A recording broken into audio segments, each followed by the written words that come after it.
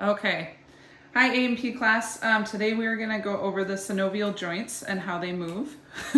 We have my sister here helping us, and that's Ernie. But we're going to start with flexion and extension. So flexion, if you want to hold your arm out, flexion is a movement that decreases a joint angle, usually in the sagittal plane. An example would be bending the elbow so that the arm and forearm go from 180 degrees to 90 degrees or less. Another example would be holding out your hands with palms up and flexing your wrist toward you. Yep, perfect.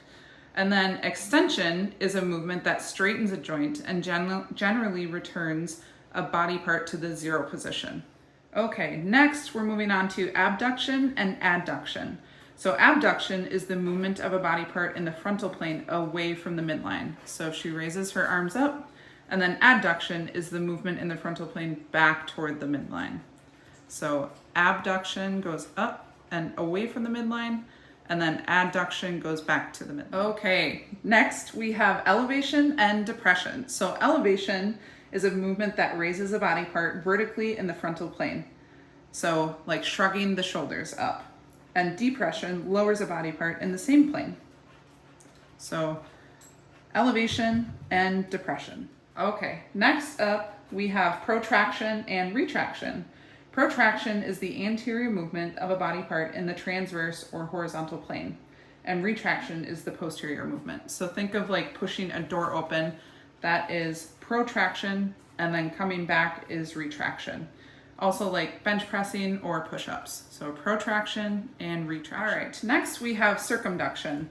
One end of an appendage remains fairly stationary while the other end makes a circular motion, like drawing on a canvas or throwing a pitch. It's kind of like the windmill fashion.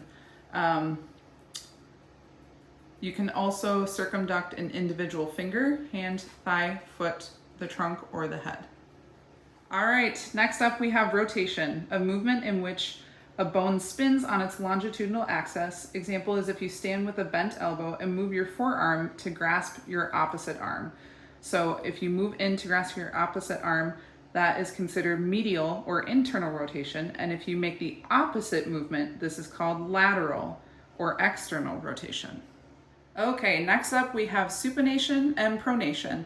So supination, these are primarily forearm movements, but also seen in some foot movements as well. Supination of the forearm is a movement that turns the palm to face anteriorly or upward. And then pronation is the opposite movement, causing the palm to face posteriorly or downward. So during pronation, the ulna actually remains stationary while the radius spins and crosses over the ulna. So supination and pronation. Okay, the last set of movements we have is dorsiflexion, which is a movement in which the toes are elevated, like you're trimming your toenails or painting your toenails.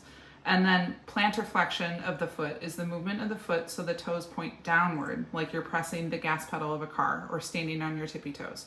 So dorsiflexion is elevated, and plantar flexion of the foot is pointing downward, like on a gas pedal. Okay, so that covers all of the synovial joints for this week. I hope that will help for studying for the upcoming quiz.